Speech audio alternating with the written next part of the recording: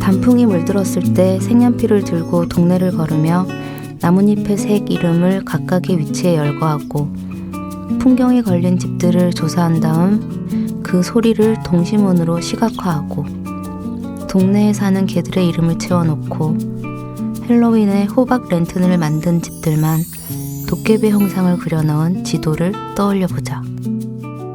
엉뚱하고 귀여운 수고로 만들어진 그 지도책을 넘길 때마다 나는 슬며시 웃게 된다. 누군가의 말처럼 그 무엇도 하찮지 않다고 말하는 마음이 시라면 그가 만든 지도는 분명 시에 가깝다. 한정원 작가의 에세이 시와 산책 중 일부를 읽어드렸습니다. 지리학자 데니스 우드가 학생들과 만들었던 지도에 대한 이야기가 나오는데요. 그 지도에는 장소와 도로 이름 같은 정보가 아니라 그 안에 존재하지만 이름을 가지지 못했거나 눈에 보이지 않는 것이 담겨 있습니다. 이 벚나무 아래 서 있으면 오후 4시에 아이가 연주하는 피아노 소리를 들을 수 있다거나 혹은 이 다리 아래에는 고양이 가족이 살고 있으니 간식을 준비해 가면 좋다거나 또 공원이 사람들로 북적일 때도 혼자서 노을을 볼 수 있는 벤치를 알려주는 지도가 있으면 좋겠다는 생각을 해봤어요. 여러분에게는 어떤 지도가 필요하신지 궁금합니다. 그 무엇도 하찮지 않다고 말하는 시를 닮은 지도 한 장 챙겨 천천히 오래오래 걷고 싶은 가을. 여기는 문학라디오 문장의 소리입니다. 아름답다. 어느새 가을이 도착했구나. 오늘은 또 어떤 핑계로 너에게 만나자 말해볼까. 너는 알까 내가 널 좋아하는 걸. 사실은 꽤 오래됐지 처음 만난 날부터. 문학라디오 문장의 소리. 안녕하세요. 문장의 소리 DJ 최진영입니다. 새 책을 낸 작가를 모시고 작품을 둘러싼 다양한 이야기를 들어보는 시간 지금 만나요 시작합니다. 오늘은 천선란 작가님 모셨습니다. 어서 오세요. 안녕하세요. 천선란입니다. 반갑습니다. 천선란 작가님에 대해서 소개를 드릴게요. 2019년 첫 장편소설 무너진 다리를 내시면서 작품 활동을 시작하셨고 2019년 한국과학문학상에서 천개의 파랑으로 장편소설 부문 대상을 수상하셨습니다. 최근에는 소설집 어떤 물질의 사랑을 출간하셨습니다. 천개의 파랑으로 수상하신 건 작년이지만 책으로 출간된 건 최근이죠. 여름에? 네. 네. 지난 여름에 그러니까 어떤 물질의 사랑과 천개의 파랑 두 권이 거의 한 달 시차로 나온 셈이잖아요. 그 작가의 말에 써주신 거에 보면은 남들보다 바쁘게 살아서 신발이 빨리 닳는 편이라고 하셨는데 요즘 신발은 어떤가요? 요즘 신발은 괜찮습니다. 오래 신고 있어요. 정말 그 왕성하게 부지런하게 정말 열심히 쓰시는 작가분이라는 생각이 그냥 책을 보기만 해도 느껴져요. 요즘은 또 어떻게 지내고 계시는지 짧게 얘기해 주신다면. 저는 요즘에 새로운 것들을 굉장히 많이 하고 있는데요. 네. 북토크라던가 강연 같은 것들을 난생 처음 하면서 네. 매일매일 떨고 있습니다. 앞으로 더 많이 하게 되실 거예요. 너무 긴장돼요, 할 때마다. 네, 그렇지만 익숙해지실 거예요. 2019년 데뷔라고는 하지만 벌써 출간하신 책이 3권이에요. 그리고 그 3권의 책이 다 두껍잖아. 그래서 모두 SF 소설인 거죠. 네. 대학생 때는 물론이고 고등학생 때부터 예고해서 문예 창작을 전공하셨던데 일찍부터 글을 써야겠다고 결심하신 거죠. 어떻게 보면은 예고에 갔으니까. 네. 그렇죠. 그 중에서도 SF 소설을 쓰시게 된 계기가 있을까요? 처음에는 SF라는 장르 자체에 대해서 정확하게 몰랐었다가 이제 대학교 교과과정 중에 장르 소설을 배울 때가 있었어요. 그때 SF에 이런 하위 장르들이 있다라는 거를 배우고 내가 좋아하는 것들이 전부 다 SF였잖아. 그럼 SF를 써볼까 하는 마음으로 이제 이쪽으로 공부를 하게 되었습니다. 혹시 처음부터 소설을 쓰시고 싶으셨던 거예요? 아니면 시를 써볼까 생각한 시기도 있으셨나요? 저는 소설보다는 이야기 만드는 걸 워낙 좋아하는 편이라 그냥 이야기를 만들고 싶었어요. 그중에 형태가 소설이었고 시는 너무 어려워. 근데 정말 작가님 소설 읽어보면 그 이야기 만드는 재미를 정말 좋아하는 사람이라는 느낌이 와요. 느껴져요. 그래서 읽는 독자로서도 되게 따라가면서 읽게 되고 그랬습니다. 저희가 인터뷰 부탁드리면서 여쭤봤는데 장편소설 1000개의 파랑보다 소설집 어떤 물질의 사랑에 대해서 좀 더 이야기를 나눴으면 좋겠다고 하셨어요. 작가의 말에 보면 분함과 억울함, 쓸쓸함과 서러움, 외로움과 기괴함과 같은 감정을 담았다고 하셨는데요. 지금까지 써온 소설들을 한 권의 책으로 묶으면서 어떤 생각을 하셨고 책으로 나왔을 때 어떤 느낌이셨는지 여쭤보고 싶어요. 책으로 나왔을 때는 진짜 너무 신기했어요. 왜냐하면 어디에 이제 뭐 원고를 올렸던 게 아니라 그냥 혼자서 습작처럼 썼던 소설들이었거든요. 대부분이 브릿지라는 웹소설에 올리거나 거울 웹진에 올려서 이게 책으로 나올지 안 나올지 모르는 상태에서 썼던 소설들이 묶이니까 정말 너무 신기해서 못 펼쳐봤어요. 책 나왔을 때. 이렇게 한 권으로 묶어 놓으니까 어떠세요? 그 뭐랄까 흐름이랄까? 내가 차마 쓸 때는 몰랐지만 한 권으로 묶어 놓고 보니 이런 게 보이네? 이런 거 있으셨어요? 네. 뭔가 그 처음에 사막으로를 넣은 거는 편집장님의 이렇게 추천이었고 하다 보니까 소설의 무게들이 조금 뒤로 갈수록 무거워지는 그냥 그런 흐름이 있다. 그래서 마지막 그 소설 단편이 원래는 다른 거였다가 마지막을 끝내는 그런 유종의미가 안 나는 거예요. 그래서 대표님한테 정말 죄송한데 제가 소설 다시 쓸 테니까 마지막 소설을 바꿔달라고 해서 이제 마지막 드라이브를 다시 새로 써서 넣었어요. 아, 그러시구나. 네. 이 책에 넣으려고 쓰신 작품인 거네요. 마지막 드라이브는. 네. 아, 네. 그렇군요. 저는 마지막 드라이브 읽으면서 말씀하신 그 마지막 유정의 미도 느껴졌지만 1000개의 파랑에 나오는 그 콜리 AI 로봇이 느껴졌어요. 네네. 그래서 이제 작가님의 책을 처음 읽는 분이시라면 어떤 물질의 사랑을 읽으신 후 1000개의 파랑을 읽으시면 굉장히 연결이 잘 되겠다라는 생각이 들었습니다. 첫 소설집에 실려있는 첫 단편 사막으로부터 이야기를 한번 해볼게요. 배경은 근미래이고 주인공인 나는 우주비행사. 그리고 숨을 쉬면 발암물질을 흡입하게 된다는 설정이 이 마스크를 쓰고 생활해야 되는 지금을 떠올리게도 했는데요. 작가의 말에 써주신 바에 따르면 자전적인 이야기에 가깝다고 적으셨어요. 네. 어떤 부분에서 그러신지 짧게 말씀해 주신다면. 설정이 좀 비슷했는데요. 아버지가 제가 어렸을 때부터 건축 일을 하셔서 중동 쪽으로 출장을 많이 가셨던 것과 저희 어머니는 그냥 단순한 이제 뇌출혈 때문이었지만 어쨌든 그렇게 아프다는 것들이 좀 닮았죠. 네, 그냥 가져온 거죠. 어떤 나의 배경. 네. 감사합니다. 네. 그리고 이 표제작인 어떤 물질의 사랑에 대해서도 이야기를 나눠보겠습니다. 소설속 화자인 나는 7살 때 배꼽이 없다는 사실을 알게 됐는데 너무 귀여웠어요. 근데 그 배꼽이 없다는 사실을 알게 되는 과정도 너무 귀여운 거예요. 배꼽 냄새 맡다가 친구들이. 근데 너무 어린 시절에 그 어떤 순간들이 생각났어요. 그리고 이제 엄마에게서 자신이 알에서 태어났다는 출생의 비밀을 듣게 되는데요. 엄마의 태도도 되게 산뜻하면서도 재밌었어요.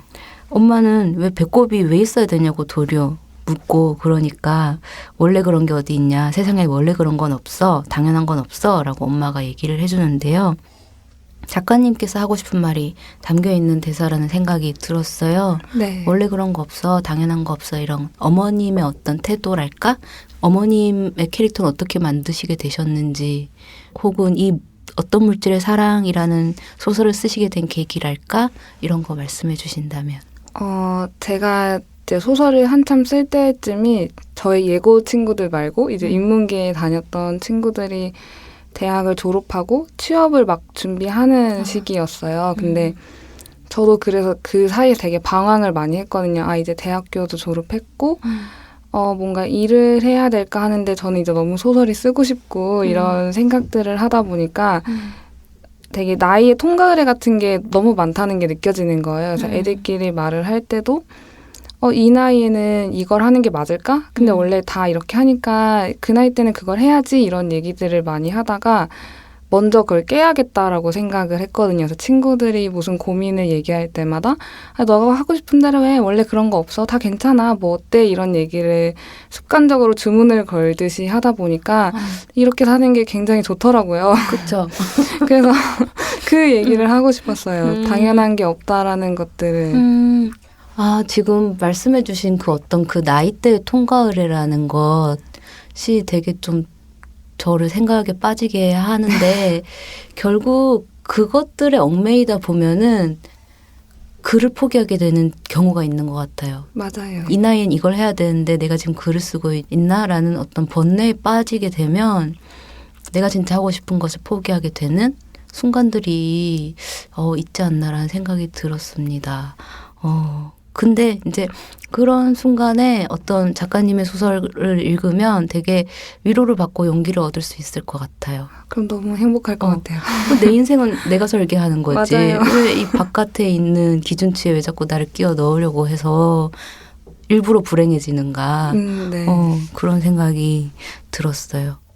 그리고 이 어떤 물질의 사랑의 주인공은 성별이 분명하지가 않아요. 그래서 남자와 키스를 하면 남성 호르몬이 나오고 여자를 사랑하면 여성에 가까워지는데 그럼에도 불구하고 사랑하기를 멈추지 않고 더 나아가서 우주를 가로지르는 어떤 사랑에 대해서 생각을 합니다. 그리고 이제 이 주인공의 출생의 비밀이 이제 끝에 가서 밝혀지기도 하고 정말 흥미로운 작품인데요.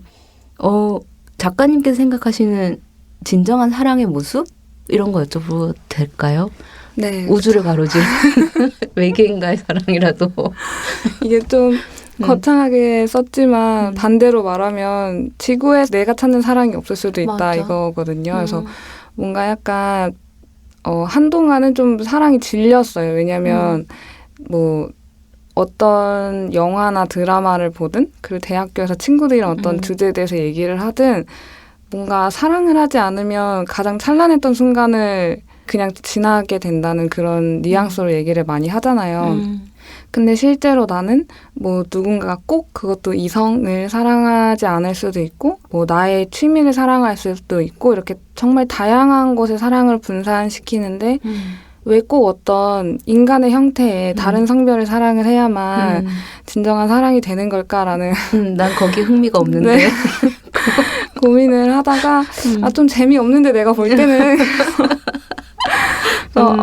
애들한테 나는 이번 생엔 글렀어 이런 얘기를 장난처럼 하다 보니까 이제 우주 밖으로 나가게 되었습니다. 내 사랑은 저 멀리. 네. 근데 되게 일상적인 생각에서 틀을 확 깨면서 소설의 소재를 발견하시는 것 같아요.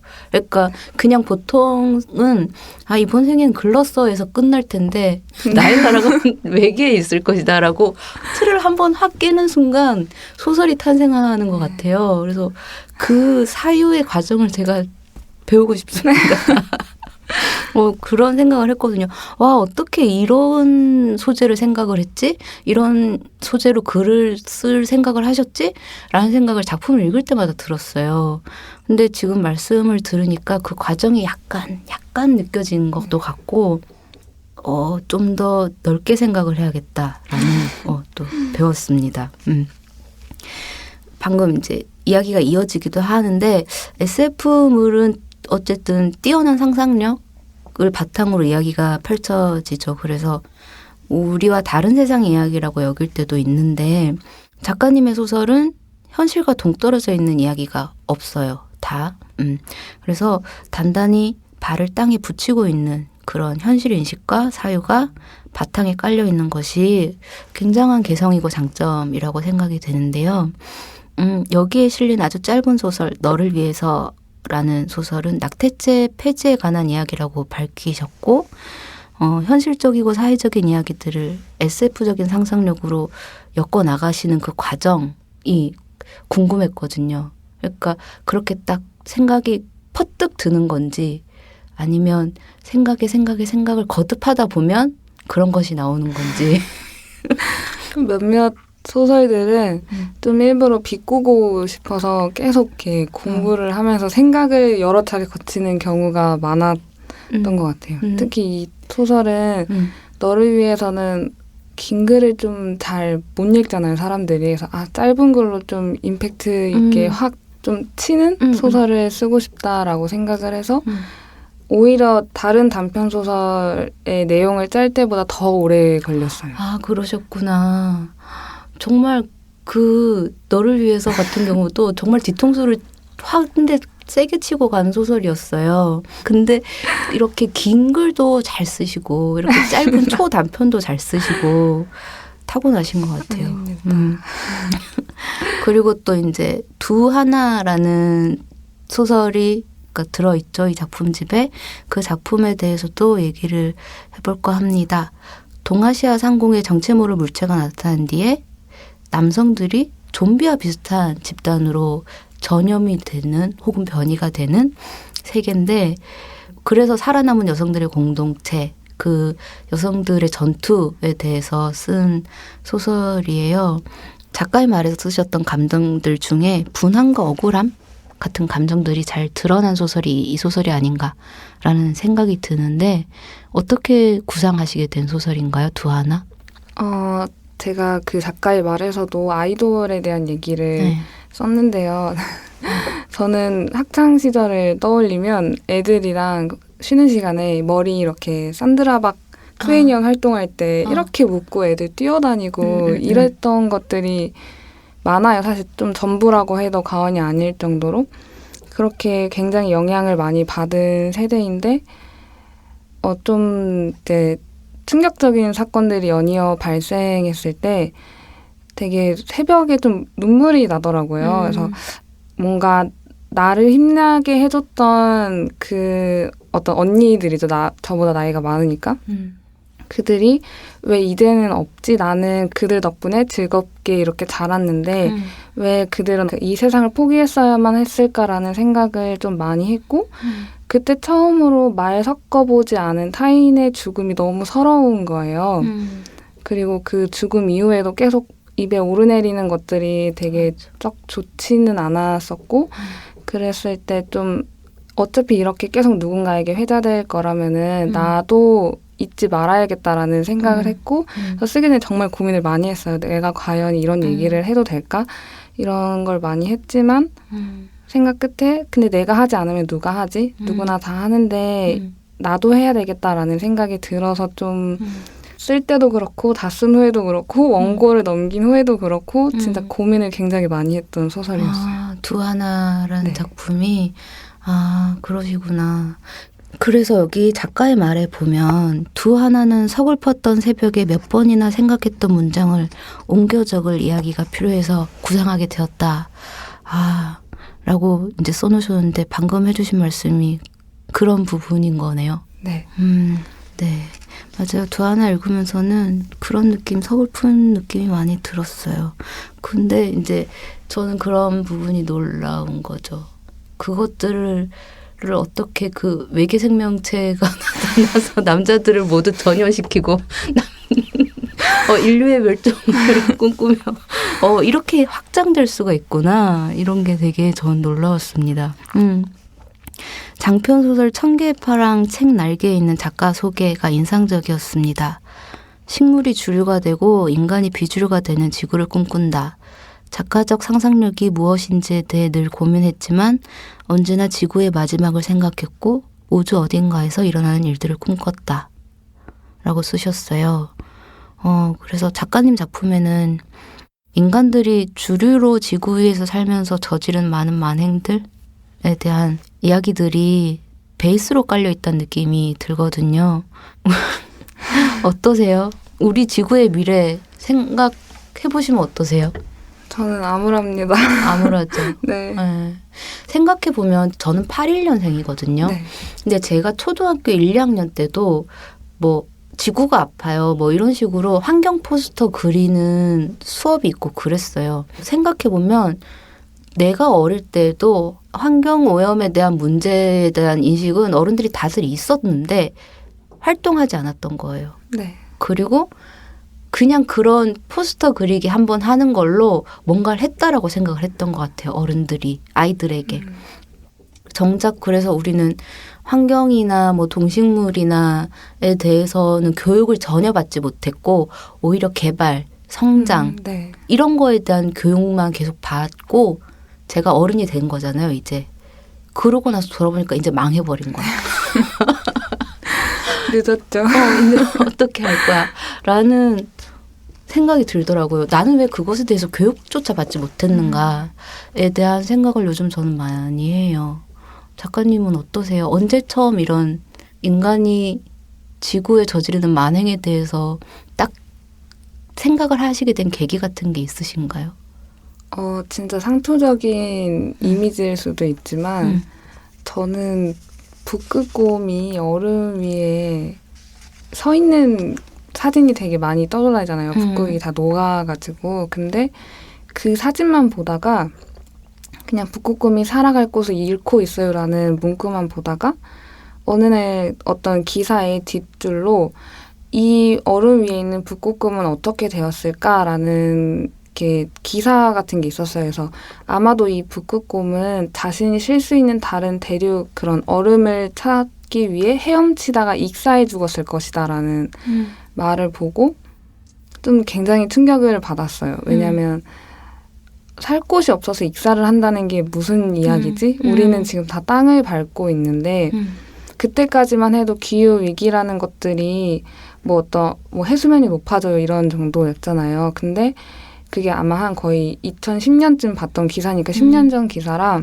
근데 지구의 어느 곳에서는 밟을 땅이 없어서 익사해 죽는 동물이 있다는 게 굉장히 충격으로 남아서 그때부터 그러니까 뭔가 활동을 한 건 아닌데 환경에 대해서 기사를 찾아본다거나 이런 걸 계속 눈여겨봤었던 것 같아요. 그래서 네. 맞아요. 그렇지만 천천히 망하게 해야죠. 망하더라도 조금 저는 맞아요. 이제 그런 의미가 더 큰 것 같아요. 그러니까 속도를 줄여보자. 우리가 이거를 우리가 모든 것을 완벽하게 바꿀 수는 없지만 속도라도 줄여서 네. 좀 더 천천히 망하는 쪽으로 가야 되지 않을까라는 생각이 듭니다. 네, 작가님 소설 읽어보면 그렇게 어떤 환경의 측면도 그렇고 소수자의 측면도 그렇고 그런 면에 대해서 생각을 많이 해보게 돼요. 그리고 이제 또 소설 속에서 그 사막에서라는 소설에 이런 문장이 나오죠. 아버지가 사람이 보는 것을 쓰는 건 아니잖니 본다고 믿는 것을 쓰는 거지 라는 말씀을 하세요. 그리고 어떤 물질의 사랑에서는 어머니께서 이런 말씀을 하십니다. 혹시나 하는 말인데 이런 감정은 배우지 마. 문장은 거창하고 아름답게 써놨지만 까놓고 보면 주변 탓하다가 그만두는 사람이잖니. 저 이 어머님 너무 좋아요. 말 한마디 한마디가 다 사이다인데 작가님께서 생각하시는 소설에 대한 생각을 엿볼 수 있지 않았나라는 생각이 들었어요. 이렇게는 쓰지 말자거나 다른 건 다 포기해도 이것만은 꼭 담은 소설을 쓰자 뭐 이런 혹시 원칙 같은 게 있으실까요? 이렇게는 쓰지 말자 중에 하나는 상처 주는 글은 쓰지 말자인데 이거 굉장히 기준이 모호하더라고요. 왜냐하면 어떻게 해서든 빈틈이 생기고 저도 의도하지 않게 어떤 말로 누군가에게 상처를 줄 수 있겠지만 적어도 내가 마음 먹고 상처를 주는 글을 쓴다거나 그런 것들을 쓰지 말자가 절대 하지 말아야지가 하나이고 만약에 다른 것들을 다 챙기지 못하더라도 딱 하나만 챙기고 싶다 이거는 재미인 것 같아요. 다음 장을 읽게 하고 싶게 하자. 정말 그런 소설이에요. 저는 소설 읽으면서 정말 잘 안 울어요. 영화를 보면서도 잘 안 울지만 딱 뭔가 눈물이 나려고 하는 순간에 저를 확 누르는 버릇이 있어요. 울지 않으려고. 근데 저 작가님 소설 읽으면서 몇 번을 울컥울컥 해가지고 정말 이게 같은 맥락인지 모르는데 감동을 주는 글을 쓰세요. 읽는 사람의 정서를 확 뒤집어 놓는, 흔들어 놓는 글을 쓰시는데 그게 방금 말씀하신 상처를 주지 않으려는 그런 조심스러움에도 나오고 그 이야기의 재미에도 그게 포함이 되는 것 같아요. 감동이라는 것이 이야기를 따라 읽다 보면 감정이 같이 움직이다가 확 어떤 한 문장에서 터져버릴 때가 있어요. 저는 작가님 글을 읽으면서 그래서 몇 번을 울컥울컥 했습니다. 오늘 일기에 써놔야겠어요. 진짜로 엄청나게 줄구면서 그 문장들 줄구면서 읽었어요. 여러분 천선란 작가님의 소설집 어떤 물질의 사랑과 장편소설 1000개의 파랑을 읽으시면 정말 어떤 그 감정의 풍만함, 풍족함을 느끼실 수 있습니다. 감동을 받으실 수 있는 작품이에요. 제가 정말 강추합니다. 1000개의 파랑에 대해서도 이야기를 좀 하는 게 좋을 것 같아요. 저는 진짜 재미있게 감동적으로 읽었거든요. 표지도 파랗고 내용도 파랑파랑한 아름다운 소설이고 이 소설의 주인공이라고 할 이제 인물들이 안락사를 앞둔 경주마 투데이 그리고 폐기를 앞둔 휴머노이드 기수 콜리 그리고 이제 두 자매가 나오고 어쨌든 그들은 발달한 기술에서 좀 배제된 사람들이죠. 그런 자본 시스템에서 소외된 이들 그리고 부서지고 상처 입은 인물들이 등장하는데요.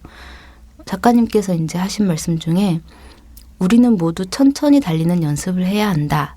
언젠가 적어둔 이 문장에서 시작했다고 밝히셨어요. 이 작품을 쓰시게 된 계기랄까? 그런 거 말씀해 주실 수 있을까요?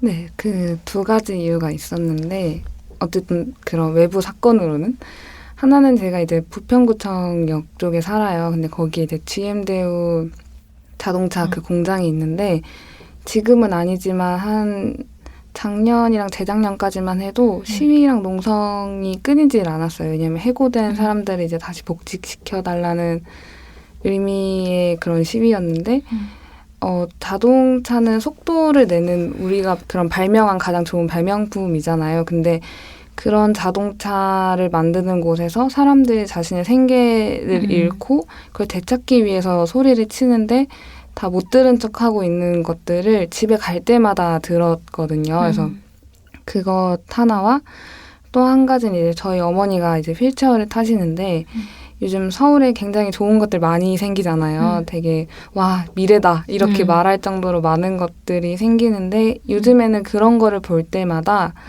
우리 엄마는 이걸 체험할 수 있을까? 내가 엄마를 데리고 이런 것들을 경험할 수 있을까라는 고민을 어딜 가든 하게 돼요. 보여드리고 싶으니까 좋은 것들. 근데 대부분 안 되더라고요. 뭐 요즘에는 건물 시설들이 좋아져서 뭐 장애인 화장실이라든지 이런 게 필수 설치되기는 하지만 가끔 지하철 엘리베이터도 그렇고 모든 것들을 좀 보여주기식이라는 느낌이 강하더라고요. 그래서 기술이 발전하는 속도에 맞추는 사람들이 오히려 굉장히 소수인 것 같고 대부분의 사람들은 맞추지 못하거나 제외되어 있구나라는 생각이 들어서 장편 소설을 이제 그런 것들을 많이 생각하면서 쓰게 됐어요. 이 소설도 어쨌든 현실에서 나온 소설이네요. 네. 근데 저도 이제 듣다가 생각이 났는데 이렇게 어쨌든 몸이 불편하신 분들 위주로 제품을 만들면 결국에는 그냥 몸이 불편하지 않은 사람에게도 편한 방식의 개발이 된다라는 얘기를 들은 적이 있어요. 지금 생각나는 건 비데 그리고 드럼 세탁기 이런 것도 이렇게 통돌이 세탁기는 어쨌든 이제 몸이 불편하신 분들은 사용하기 힘드니까 드럼 세탁기 형식으로 하면 훨씬 사용이 편해지니까 그러니까 우리가 뭔가를 개발할 때 조금만 더 생각을 하면 우리 모두가 다 같이 쓸 수 있는 건데 이거를 몸이 불편하지 않은 사람 위주로 만들어 버리면 거기서 배제되는 사람들은 또 소외되는 거잖아요. 그런 생각이 지금 번쩍 들었어요. 우린 할 수 있는데도 안 하는 것들이 너무 많다. 네. 라는 정말 많은 사람들의 인식이 바뀌어야 된다라는 생각이 들었습니다. 이쪽에 이런 부분에 대해서 더 많은 얘기를 하고 싶지만 시간 관계상 여러분들 청개의 파랑이라는 장편 소설을 읽으시면 여러분들이 생각하지도 못했던 지점들이 많이 나올 거예요. 저는 정말 그랬거든요. 그래서 여러분도 많이 사서 읽어봐 주시면 좋을 것 같아요. 천선래 작가님의 청개의 파랑. 우리는 모두 함께 천천히 나아갈 수 있습니다. 그리고 원래는 한국문학과학상에 썼던 다른 작품이 있었다고 쓰셨어요. 작가의 말에. 네. 스페이스 오페라를 소재로 더 큰 세계관을 담은 이야기라고 하셨는데 이 작품의 어떤 지금의 상황을 여쭤봐도 되나요? 그 친구는 그 폴더에 가만히 잘 있습니다. 뭐 언젠가 꺼내 보실 생각이신가요? 모르겠습니다. 궁금한데요. 언젠가는 또 책의 형태로 나오기를 기다리고 있겠습니다. 저는 그 작가님의 소설들을 보면 되게 그 에너지가 많다, 왕성하다, 이렇게 앞으로 계속 쭉쭉쭉쭉 써내실 수 있을 것 같다라는 생각이 들어요. 그래서 지금 쓰고 있는 작품이나 아니면 앞으로의 계획 이런 거 말씀해 주신다면. 저는 지금 안전가옥이라는 출판사에서 장편 협업을 같이 했어요. 트리트먼트를 이제 상의하면서 이제 중심 가지는 제가 쓰지만 이제 같이 하시는 PD님들이 좀 도와주신 소설이 있는데 그래서 처음으로 늘 좋아했지만 도전할 수 없었던 어떤 미스터리 장르를 쓰게 됐고 그게 이제 그 흡혈귀가 나오고요. 형사가 나오고 어떤 인천의 재활병원에서 일어나는 일들을 쫓는 얘기예요. 그래서 이것도 장편 소설로 지금 1차 원고를 끝내고 퇴고를 계속 하고 있는 중입니다. 거기엔 인간만 나오나요? 아니요, 흡혈귀도 나옵니다. 외계인이나 어떤 AI나 흡혈귀만 나옵니다. 네. 흡혈귀와 AI가 만나도 나쁘지 않을 것 같아요. 안 그래도 그 생각을 해뒀어요. 나쁘지 않을 것 같아요. 되게 새로울 것 같다는. 감사합니다. 자, 그러면 이번에는 내가 가장 사랑하는 문장들 하겠습니다. 작가님께서 직접 골라오신 문장을 작가님의 목소리로 낭독해 주시는 시간인데요. 오늘은 어떤 부분 읽어주실 건가요? 네, 저는 사막으로의 가장 마지막 부분을 낭독하겠습니다. 네, 그러면 작가님의 낭독 들어보겠습니다. 나는 이곳에 오기 전까지 아버지에게서 카림한테서 들었던 사실을 말하지 않았다. 아버지가 설령 보지 않은 것을 보았다고 거짓말했더라도 내 출발지가 그곳이었음은 변하지 않았으니까. 나는 아버지에게 보지 않은 것은 쓸 수 없다고 말했지만 결국 보지 않은 우주를 꿈꿨다. 나는 아무도 가보지 않은 곳을 향해 가고 있고 긴 주행을 마친 아버지는 현재만이 존재하는 세계에 정착했다. 우리가 갈 수 있도록 그 행성에 텔레포트 설계도를 보냈고 아주 오랜 시간이 걸린 끝에야 그 행성에서 우리의 숙제를 완수했다. 우리는 그곳에서 지구가 잃은 공기를 다시 찾기 위해 노력하겠지. 내 메시지가 닿는 속도만큼 나는 그 행성으로 나아갈 것이다. 침전되지 않도록 우주 밖으로 외로움을 내던지면서 그곳에 아직 별이 뜬 사막이 있을까? 당신은 여전히 사막을 꿈꿀까?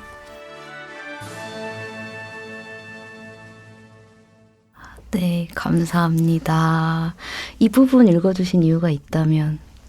저는 앞으로도 계속 우주로 나아갈 거고 우주에 대한 이야기를 쓰면서 필연적으로 외로움에 대한 얘기를 많이 쓸 것 같아요. 그래서 네. 감사합니다.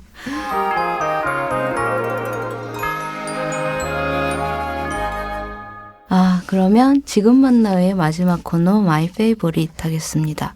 작가님들이 최근에 꽂힌 음악, 감동받은 영화, 맛집, 아무튼 좋아하시는 거 말씀해 주시는 코너인데요. 요즘 뭐 좋아하세요?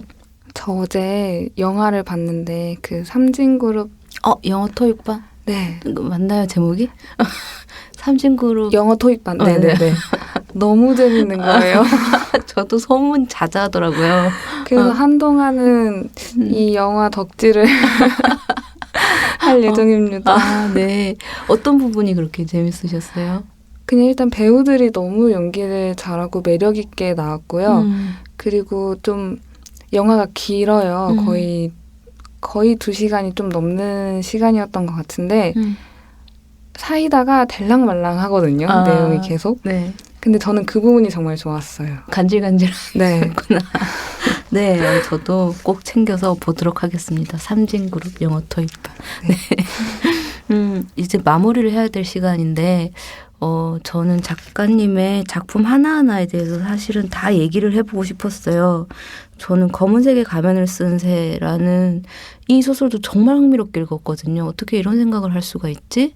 라는 생각을 하면서 정말 흥미롭게 읽었고 레시 읽으면서는 몇 번을 울음을 참았고 막 그랬습니다.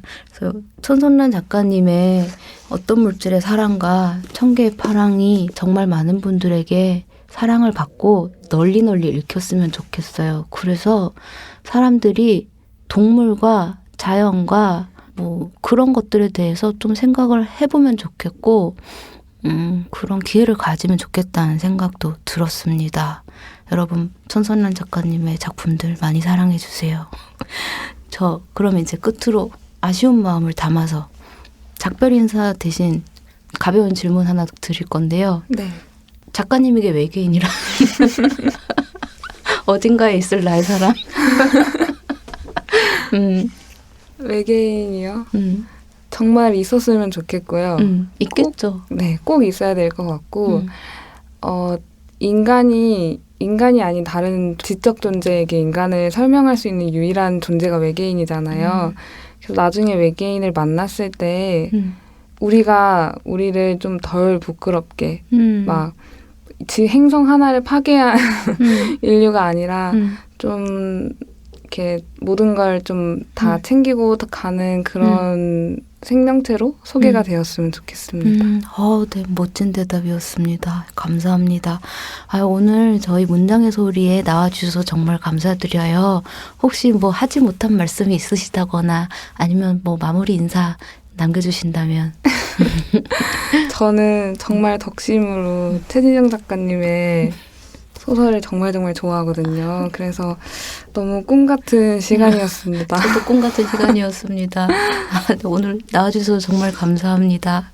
감사합니다. 천선란 작가님 보내드리고 잠시 후에 뵙겠습니다.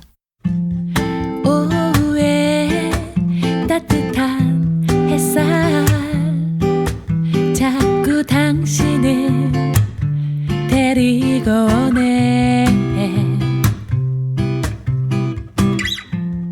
버릴 수 없었던 그날 그 기억들 아직 저 빛들 속에 숨어있나.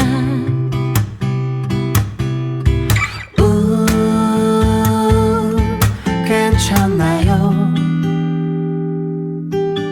그립다는 말하면 내 꿈에 초대할 텐데.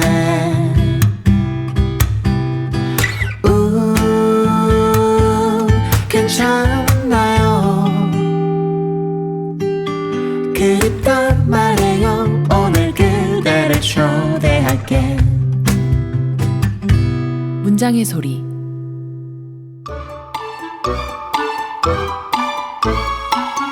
문장의 소리가 마련한 3분 광고 지금 읽어요 시간입니다. 누구든 자신이 원하는 책을 광고할 수 있습니다. 단 시간은 3분뿐. 오늘의 광고주는 이주영 라디오 PD입니다. KBS 1라디오에서 아침 출근길 시사 프로그램 김경래의 최강시사를 연출하고 계십니다. 그리고 인기 팟캐스트죠. 문예지 탐구방송 요즘 소설 이야기 요소야라고 하더라고요. 진행자 중 한 분이십니다. 어서 오세요. 안녕하세요. 아침 라디오 생방송을 하시면서 팟캐스트 제작까지 너무 누구보다 하루를 빨리 일찍 시작하셔야 될 것 같아요. 네. 하루가 바쁘기보다 네. 이 약간 온오프 스위치가 조금 잘 켜지고 꺼져야 될 것 같아요. 맨날 네. 보좌관님들이랑 통화하다가 국회의원 그 윤석열 검찰총장 청문회 국감 열심히 보다가 요즘 갑자기 스위치 딱 굉장히 끄고 네, 스위치 딱 끄고 이제 소설책 열심히 읽다가 네, 네. 그런 좀 이중 생활을 하고 있습니다. 멋있다. 네. 멋있는 것 같아요. 아, 네. 그렇게 봐주셔서 감사합니다. 요즘 소설 이야기의 인기가 전 되게 부러운데요. 문장의 소리 들어보셨나요? 네. 문장의 소리 그 전 시즌부터 팬인데 제가 이 질문을 고쳐달라고 하려다가 좀 고민을 했어요. 조언해 주셔야죠. 조언을. 저희 청취자 구독자 수가 네. 3배 이상 문장의 소리가 많은 걸로 알고 있어요. 아, 그래요? 네. 그래서 상당히 주관적인데 네. 그래도 저는 네, 저희 팟캐스트는 재밌다고 생각하고 많이 들어주시면 감사하겠고요. 문장의 네. 소리 너무 좋아하죠. 네. 네. 그러면 뭐 조언해 주실 게 있다면 그냥 이대로만. 너무 근데 저 진짜 최진영 작가님 앞에 있어서가 아니라 잘 때 들으면 네. 너무 잠이 솔솔 와요. 소곤소곤 느낌 너무 좋아서 네. 진짜 밤마다 자기 전에 잘 듣고 있습니다. 네. 좋은 말인 것 같아요. 네. 오늘 광고하실 책은 어떤 것인가요? 네, 오늘 제가 들고 온 책은 기준영 작가님의 신작 소설집 사치와 고요라는 책입니다. 이 책을 선택하신 이유는? 지금 10월 말이죠. 근데 하여튼 올해가 2달 정도 남았는데 현재까지 제가 읽은 소설집 중에 베스트예요. 그래서 사람들 만날 때마다 추천을 해주곤 하는데 네. 되게 추천해줄 때 저는 이 제목이 너무너무 마음에 들거든요. 네. 그래서 이런 식으로 얘기를 해요. 우리에겐 사치와 고요가 필요해요. 라고 하면서 이 책을 읽어보게 권하는데 그런 만큼 약간 이상한 온기 같은 게 이 소설집에 있어서 네. 읽고 나면 조금 기이한 느낌의 따뜻함이 저를 좀 감싸는 느낌? 그리고 사치와 고요를 생각해 보게 돼요. 내 삶에서 사치와 고요가 뭔지. 네. 네. 네. 지금 광고해 주실 부분을 미리 말씀해 주신 네, 것도 그래서 같지만. 지금 약간 당황했어요. 네. 아닙니다. 더 길게 해주실 수 있어요. 알겠습니다. 네. 그러면 이제부터 3분을 드리겠습니다. 아시겠지만 정확히 3분 후에 마이크가 꺼집니다. 3분 안에 하고 싶은 말씀 다 하실 수 있길 바랄게요. 그러면 광고 시작해 주세요. 시작. 네, 사치와 고요는 그 주인공이 되게 우연한 일을 막 겪어요. 그래서 막 독자들이 손을 잡고 주인공과 함께 낯선 우연 속으로 들어가서 모험을 좀 하게 되는 느낌인데요. 근데 그 만나는 것들이 좀 다들 조금씩 이상해요. 그래서 저는 감히 그런 경험을 좀 이국의 낯선 시장에서 좀 감촉이나 색이 좀 남다른 담요 같은 거를 사는 경험 같다고 저는 좀 느꼈거든요. 그걸 살 때 길도 잃고 흥정에도 좀 실패하고 막상 샀더니 막 구멍도 나 있고 막 이런 담요인데 덮고 보니 되게 이상한 온기가 느껴지는 그런 느낌이 저는 책이라고 느꼈고 그래서 조금 다른 아름다움의 세계로 초대하는 느낌이 좀 들었어요. 그래서 여기에 있는 주인공들이 조금씩 다 이상한 경험을 하는데 특히 그중에서 제가 추천하는 건 완전한 하루, 들소, 사치와 고요라는 이 세 작품인데요. 완전한 하루는 되게 환상적인 엔딩을 갖고 있어요. 이 엔딩을 만나신다면 아마 세상에서 가장 아름다운 아기 사슴과 만나는 경험을 하실 수 있을 거라고 생각하고요. 사치와 고요 같은 경우에는 우리 어린 시절에 그 대저택 같은데 막 만화책 안에 있는 그런 하얀 대저택 같은데 좀 들어가는 그런 느낌을 받는데 또 그 안에서 세상에서 참 찾아보기 힘든 애들이랑 막 할머니를 만나지만 결국은 막 그들이랑 같이 막 귀신도 불러오고 이상한 사람들을 초대하면서 같이 좀 치유받는 약간 서양 굿 같은 그런 느낌의 일을 겪어요. 그래서 그리고 들소 같은 경우에는 어떤 딸을 잃은 할머니와 그 딸의 얼굴을 닮은 엄마를 가진 아이 둘이 같이 만나서 겪는 이야기인데 이것도 조금 줄거리를 설명하기 힘들 정도로 좀 기이한 일들이 펼쳐지지만 그만큼 우리에게 낯선 생경함이 주는 그만큼의 매력을 좀 준다고 생각해요. 근데 3분 되게 기네요. 네. 마이크 안 꺼지네요. 나 할 말 다 했는데. 그래서 시간 남았으니까 요소야 광고나 할게요.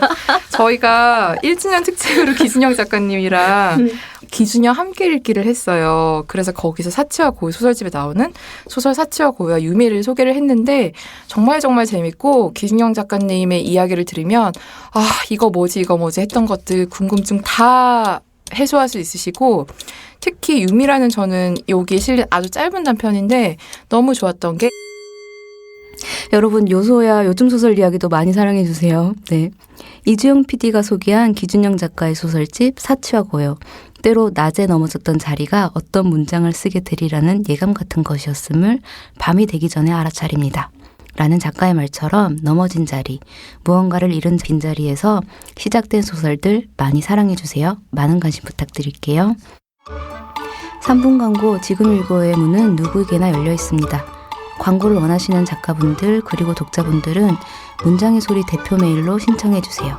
메일 주소는 munjang@arko.or.kr입니다. 문장@arko.or.kr 지금 신청하세요.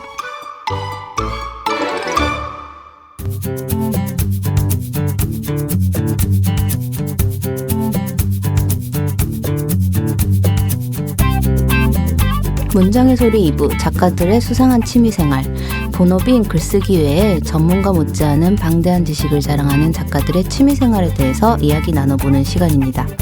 오늘은 취미라기보다는 다른 직업이라고 해야 할 것 같아요. 뮤지컬 배우이기도 하신 이리나 시인님 자리에 함께했습니다. 어서 오세요. 네, 안녕하세요. 배우이자 시인인 이리나입니다. 멋있습니다. 이리나 시인님 소개를 짧게 해드릴게요. 2018년 조선일보 신춘문예에 시부문으로 당선되어 작품 활동을 시작하셨고 올해 대선창작기금 수혜자로 선정되셨습니다. 또 2014년 연극 가을 소나타로 데뷔하셔서 뮤지컬과 연극 무대에서 배우로 활동하고 계십니다. 일단 요즘은 어떻게 지내고 계시는지 짧게 근황 알려주신다면. 요즘은 시기도 시기인지라서 네. 올해 준비했던 작품이 좀 취소가 됐거든요. 그리고 이제 내년으로 미뤄져가지고 그거 대신 그냥 오히려 더 시를 쓰고 하는데 집중하는 시간을 가지고 있는 것 같아요. 네, 잠시 멈춤하여 시에 네. 집중하는. 그러게요. 많은 공연이 정말 미뤄지거나 했을 것 같은데 네. 최근에 비대면 시대의 이별이란 주제로 엔솔로지 시집 목이 긴 이별에 참여하셨어요. 네. 그 시집 소개를 좀 해주신다면.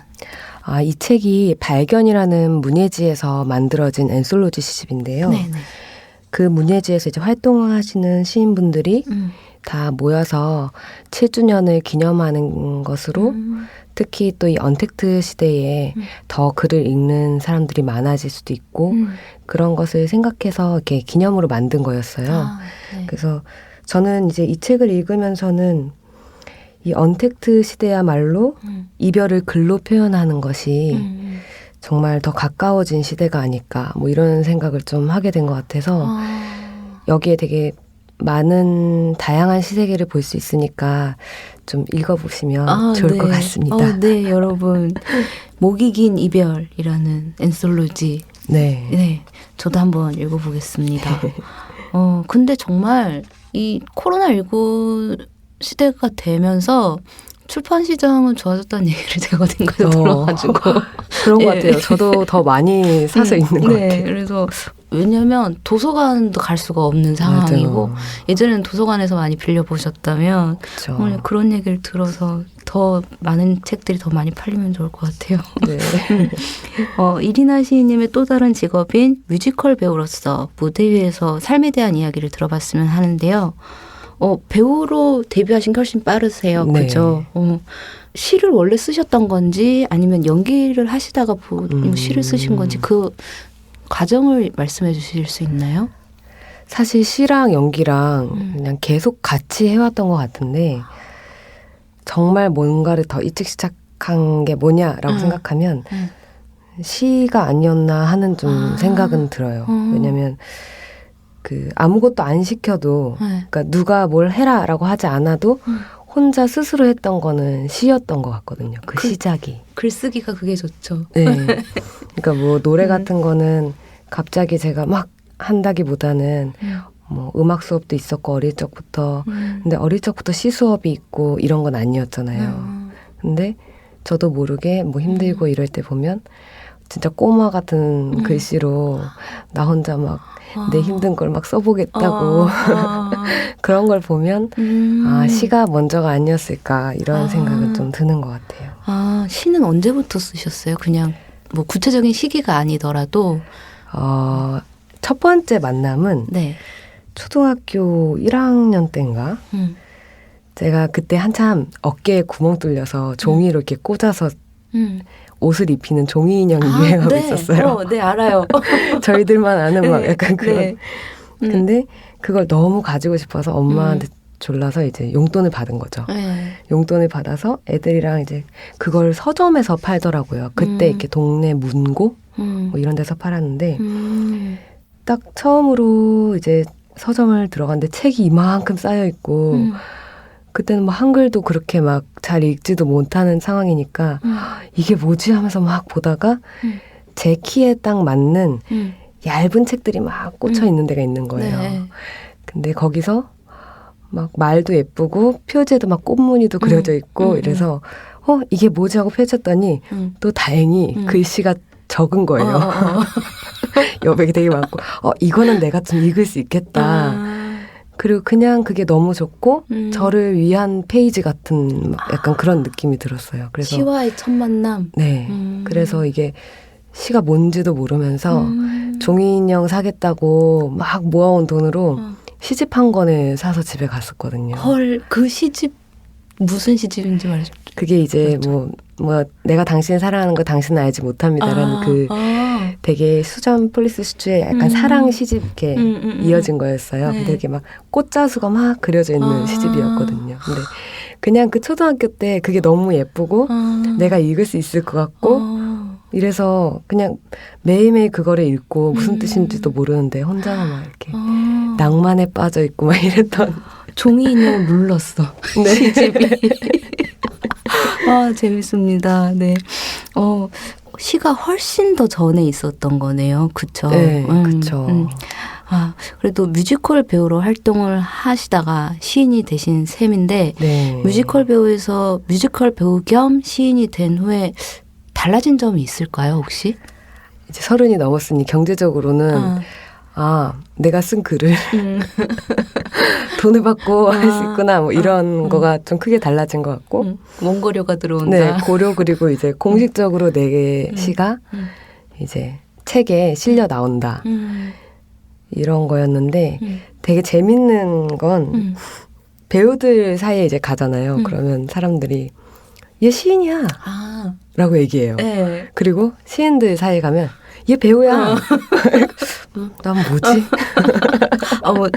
뭐랄까, 다른 존재, 신기한 분이니까, 네. 그 집단에서는. 그래서 네. 뭐 동료들끼리 있으면 시인들끼리 있을 때는 제가 막 행동을 하고 말하면 역시 배우야 이러고 또 배우들끼리 있을 때 제가 무슨 말하면 역시 시인이야. 그냥 뭔지 모르겠는데 그런 점은 있는 것 같아요. 그 틀에 딱 넣어버리는구나. 네. 정말 그럴 것 같아요. 네.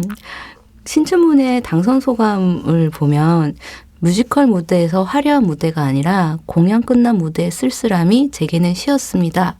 라고 적으셨는데요. 네. 시와 이렇게 무대를 딱 느낄 수 있어요. 이 문장을 보니까. 시를 쓰고 연기를 하는 일상이 무척 바쁘실 것 같은데 어떠세요? 이 두 가지를 병행한다는 것? 하루가 어떻게 흘러가는지. 보통은 이제 아침부터 낮까지 글을 쭉 써요. 일어나자마자. 그리고 이제 아침 겸 점심 겸 저녁으로 밥을 먹고 네. 한 끼? 네, 이제 하루 한 끼를 먹는데 어머. 그러니까 아침에 살짝 과일을 먹긴 하는데 이제 제대로 된 식사를 하나를 하고 이제 저녁에 이제 연습실에 가서 연습을 하죠. 뭐 저녁에. 노래도 하고. 네. 그러면 날이 밝을 때는 글을 쓰고 네. 날이 저물 무렵이면 무대 연습을 하시는 아 그러시구나. 그렇게 네. 나눠진 이유가 있을까요? 시를 아침에도 써보고 낮에도 써보고 저녁에도 써봤는데 각각 되게 다르더라고요. 근데 저녁에 쓴 건 꼭 아침에 보면 그쵸. 뭔지 알죠. 되게 내가 되게 낭만적이었구나 막 약간 이런 생각도 들고 내가 외로웠구나 막 이런 생각도 들고 해서 맞아. 뭐 이렇게 연습하다가도 메모장에 막 쓰긴 하는데 이제 아침에 그거를 좀 정리를 하는 편이에요. 가장 이성이 깨어 있을 때. 네. 맞아요. 그럴 때 글을 써야 후회하지 않는 것 같긴 해요. 이불킥을 줄일 수 있는 방법이죠. 맞아. 그렇다면 오전에는 시인으로 오후에는 배우로 살아가시는 것 같은데 네. 요즘은 또 무대가 너무 많이 줄어서 많이 안타까우실 그쵸. 것 같아요.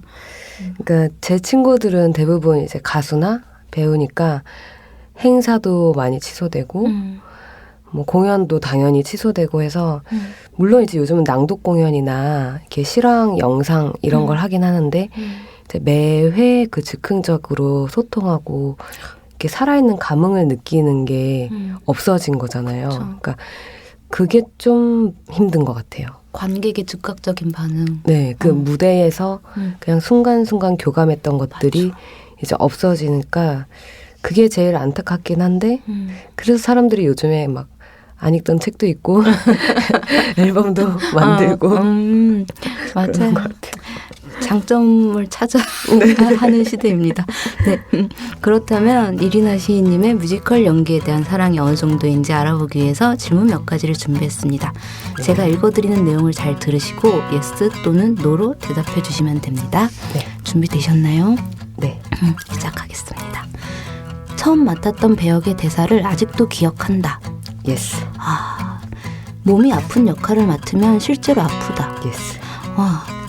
나도 모르게 일상생활에서도 무대에서 연기하듯 노래하듯 말할 때가 있다. 예스. 오. 시를 쓰는 책상 앞보다 연기할 수 있는 무대에서 더 자유로움을 느낀다. 노. 올 예스가 될 수 있었지만. 그러게요. 네. 이제부터 예스와 노 대답하신 내용을 살펴보도록 하겠습니다. 처음 맡았던 배역의 대사를 아직도 기억한다 예스라고 하셨어요. 네. 그 대사와 그때의 경험에 대해서 말씀해 주신다면. 이게 참 웃긴 게 그 대사가 네. 언어가 아니었어요. 그러니까 약간 신음 이렇게 끄끄거리는 어떤 그러니까 그런 문자가 아니었는데 감정 표현. 왜냐하면 제가 첫 번째 데뷔했을 때의 역할이 뇌성마비 장애를 가진 여성분이었거든요. 근데 그 작품이 세 모녀의 어떤 붕괴된 그 가정에 대해서 이야기하는데 첫째 딸과 엄마는 계속 말로 싸워요. 근데 저는 2층 침대 위에서 30초마다 한 번씩 계속 경련을 일으키면서 그거를 이제 반응하다가 그게 갈등이 고조에 다다르면 저는 더 막 경기를 일으키고 그러니까 이거를 관계를 물리적으로 육체적으로 보여주는 역할인 거죠. 그래서 나중에 이 모든 게 심해지면 제가 나중에는 침대에서 떨어져 내려와서 2층에서 막 계단을 굴러 떨어져서 으악 하면서 암전이 되거든요. 처음 배역으로 맡기에는 되게 좀 어려운 배역 아닌가요? 근데 되게 좋은 기회로 그리고 제가 또 그런 거에 되게 관심이 많아서 그래서 그걸 하게 됐는데 대사가 다 그런 것들이었어요. 그래서 이때까지 했던 모든 것들에 보다는 완전 다른 스타일이니까 그래서 저한테는 좀 더 깨달음을 얻거나 한 발짝 나아갈 수 있는 그런 기회가 됐던 것 같기도 해요. 그 시도 습작기를 거치잖아요. 네. 그래서 쓰고 고치고 그러다가 보면은 이제 시에 대해 알 것 같은 순간도 찾아올 것 같은데 그러면 연기에서 그런 깨달음이 찾아온 순간이랄까? 그런 순간이라고 할 수 있을까요? 네. 제가 그 뇌성마비를 가진 사람에 대한 이해가 별로 없었어서 그걸 하기 전에 이제 한 달 정도 뇌성마비 복지관에서 이제 일을 하면서 관찰 일지를 쓰고 그렇게 했었어요. 근데 그때 왜냐면 그들을 동정하고 싶지가 않더라고요. 네, 그렇죠. 그러니까 공감하고 연대하고 싶은데 그러려면 그 사람들 편이 되어서 세상을 보는 그 과정이 필요하겠다라고 생각해서 그런 시간을 보내면서 왜 그 사람들이 단 걸 좋아하고 뭐 진짜 사람들이 그 사람을 어떻게 쳐다보는지 그런 걸 이제 알게 된 거죠.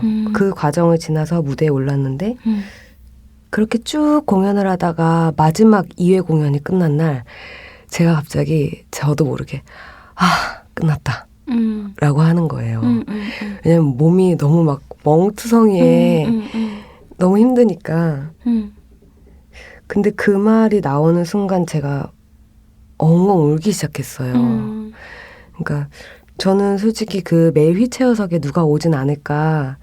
그 인생을 제가 다 담아줄 수 없어서 참 미안하지만 그래도 조금이나마 연대하고 싶다라는 그거를 이제 두려움 반 열정 반으로 기다렸었는데 제가 그 드디어 끝났다고 생각하는 게 진짜 너무 부끄러운 거예요. 그래서 이게 끝이 아니구나.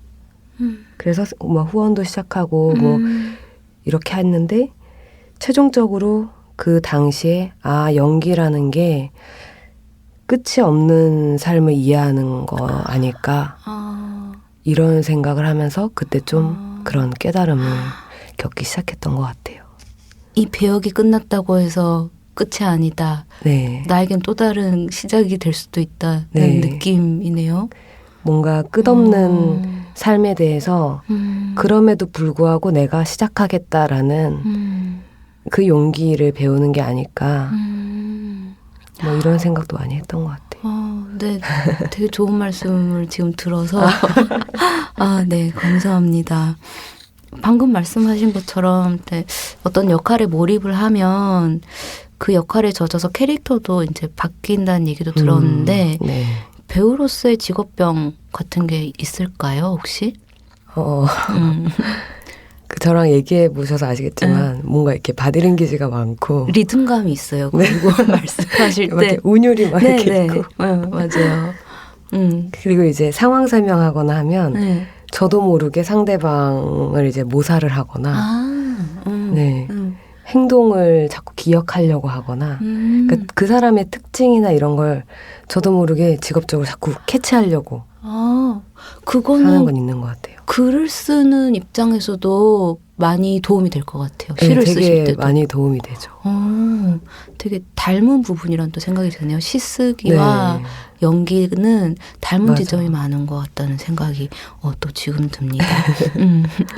근데 그냥 연기만 하는 연극이 있고 노래를 부르는 뮤지컬이잖아요. 네. 그 차이와 어떤 다른 매력 같은 거 말씀해 주실 수 있나요? 이게 배우들은 이 얘기를 진짜 많이 하거든요. 저는 독립영화로 데뷔를 했었는데 딱 영화를 찍으면 뮤지컬이 너무 하고 싶어요. 그래요? 왜냐면 이 조그마한 화면에서 나가서 막 좀 감정도 표현하고 싶고 막 큰 소리로 막 노래도 불러보고 싶고 꽉 안고도 싶고 근데 이제 영화에서는 이 네모난 상자 안에서 움직이면 안 되니까 그쵸. 그래서 영화랑 뮤지컬이 너무 하고 싶고 또 뮤지컬을 하면 이게 뮤지컬이라는 장르의 특성상 아주 진지하고 말의 포즈가 긴 이런 걸 하기가 조금 이렇게 아주 용이한 장르가 아니다 보니까 대부분 좀 사랑 얘기가 많고 좀 더 이렇게 흥이 있는 장르로 많이 가는데 그럼 또 연극을 너무 하고 싶은 거예요. 막 인생에 대해서 막 회고하고 막 이러는 연극을 너무 하고 싶고 근데 또 연극을 하면 이 막 너무 극적이니까 좀 자연스러운 영화를 하고 싶다. 이렇게. 근데 다 하실 수 있는 거잖아요. 이거 무슨 복이야. 엄청난 능력자신데. 그러다가 이제 뭔가 혼자만의 뭔가를 하고 싶으면 시를 쓰시면 되고. 네, 그렇죠. 너무 부럽습니다. 저도 제가 갑자기 부럽네요. 네, 정말 부러워요. 다 하실 수 있는 거니까. 네. 그러면 실례가 안 된다면 혹시 기억나는 장면의 뮤지컬 중에서 한 소절 정도 부탁드려도 되나요? 제가 작년에 네. 그 뉴욕에 갔다 왔었어요. 네. 내가 뮤지컬이랑 이런 걸 하는데 브로드웨이는 한번 갔다 와야지. 아리랑을 한다면서 한국을 안 갔다 오면 좀 이상하지 않나 뭐 이런 생각하면서 네. 가서 제가 되게 축가로도 자주 부르고 이랬던 알라딘은 미녀와 야수를 본 거죠. 막 그 요술 양탄자도 보고 싶고 진짜 그 야수 어떻게 생겼는지. 근데 그러면서 이제 그때 생각하고 많이 불렀던 노래인데 네. 이거는 너무 많이 아시는 부분이라 앞부분만큼 살짝. 감사합니다. 네. Tell as old as time, true as it can be, bury even found, then somebody bounce unexpectedly. 네, 이렇게. 저 방금 좀 은혜 받은 것 같아요. 목소리 은혜라고 하죠, 이런 거를. 감사합니다. 목소리로 은혜를 받았다. 아, 네, 정말 감사합니다. 다 들어보고 싶지만. 나중에 들려드릴게요. 네, 정말 감사합니다. 그 시는 혼자 쓰지만 낭독회 같은 것이 아니면 독자들과 만날 기회가 별로 없는데 네. 아까 말씀하신 것처럼 연기는 관객들의 반응을 바로 볼 수 있잖아요. 무대에 그쵸. 있으면. 그에 대한 부담감 같은 건 없으세요, 혹시?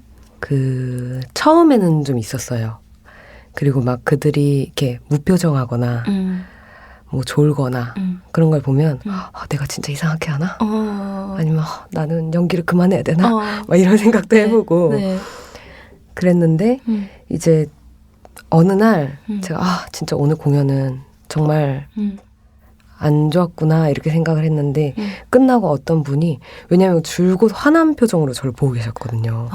가장 중간에서 그래서 저 사람 도대체 누구야 막 배우들끼리 웅성거리면서 근데 끝나고 이제 대기 소대에서 딱 나와서 이제 나오는데 기다리고 계시는 거예요. 그래서 네. 헐 좀 뭔가 그런 게 있으신가 했는데 제가 너무 울음이 나오는 걸 꼭 참느라 너무 괴로웠어요. 정말 좋았습니다. 이러는 거예요. 근데 그 얘기를 해주시려고? 네.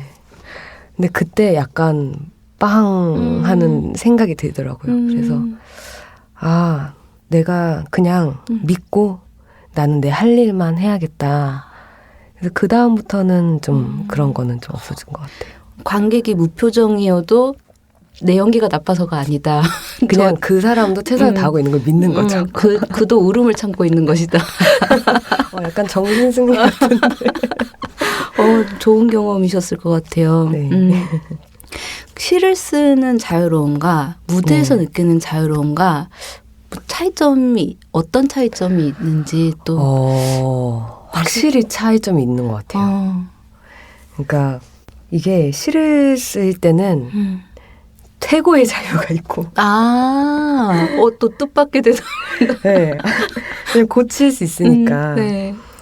그리고 막 특히 책상 앞에 서면 뭐 이렇게도 해볼 수 있고 저렇게도 써볼 수 있고 어쩔 때는 뭐 시가 아니게 쓰려고 막 쓰다가 갑자기 또 뒤에는 결국엔 시처럼 쓸 때가 있어요. 네. 근데 그럴 때에도 오히려 더 자유롭다고 느낄 때도 있고 마음대로 막 모험할 수 있으니까 그렇죠. 그리고 혼자서 이건 진짜 이상하다 하면서 웃기도 하고 맞아. 인간적으로 이건 진짜 유치하다 막 이러면서 맞아. 그럴 때도 있는데 그런 게 자유라면 연기에서는 진짜 내가 여기서 살아있다고 느낄 때 그거 너무 좋을 것 같아요. 네, 정말 이 사람으로 내가 살아있었고 내가 뭘 하려고 하지 않았고 그래서 그 애드립이라는 게 막 내가 더 추가한다기보다는 그 인물에 완전 빠지면 나도 모르게 튀어나오는 그 인물의 말을 애드립이라고 하거든요. 멋있다. 그래서 그런 게 딱 튀어나올 때 내가 진짜 살아있구나, 자유롭구나. 그리고 그게 어떻게 보면은 불완전한 거잖아요. 텍스트 그대로 하는 게 아니니까. 뭐 표정 같은 것도 정해놓은 게 아니니까. 근데 그 불완전함에 대한 자유가 있는 것 같아요. 너무 희열이 느껴질 것 네. 같아요. 그 순간에는. 맞아요. 저는 무대에서 느끼는 자유로움이 훨씬 좋은 것 같아요. 들어보니까. 언어의 자유로움보다는. 자, 그렇다면 이번에는 취미생활과 관련되어서 시인님이 영감을 받아 쓴 작품을 소개해 주셔도 좋고 이제 시인님의 작품 중에 좋아하는 문장을 낭독해 주셔도 좋은 그런 시간입니다. 어떤 작품 준비해 오셨나요? 이거는 당선 시집에도 있어서 이제 여름 공연이라는 작품인데요. 네. 이게 제가 공연을 하면서 아까 말씀드린 그런 불완전함 그리고 어떤 끝없는 것 그런 거에 대해서 이제 쓰기 시작하면서 이 작품이 나왔어요. 네. 그리고 첫 번째 제가 지금 약간 한 대목을 읽어드릴 부분이 그 공연 사이에 분장실에서 쓴 아, 그 짧은 시간에? 네. 아. 갑자기 그게 빵 쭉 나온 아. 근데 그러면 그거였어요. 시인님의 여름 공연 지금 한번 들어보겠습니다. 네. 낭독해 주세요. 여름 공연 이리나 우리는 불가능을 담보로 공연을 계획했다. 무대는 벌판이어도 좋고 지평선이어도 간이정류장 또는 당근밭이어도 좋았다. 중간에 무산된다 해도 우리의 목표는 사실 거기까지였음을 주제로 공연을 했다.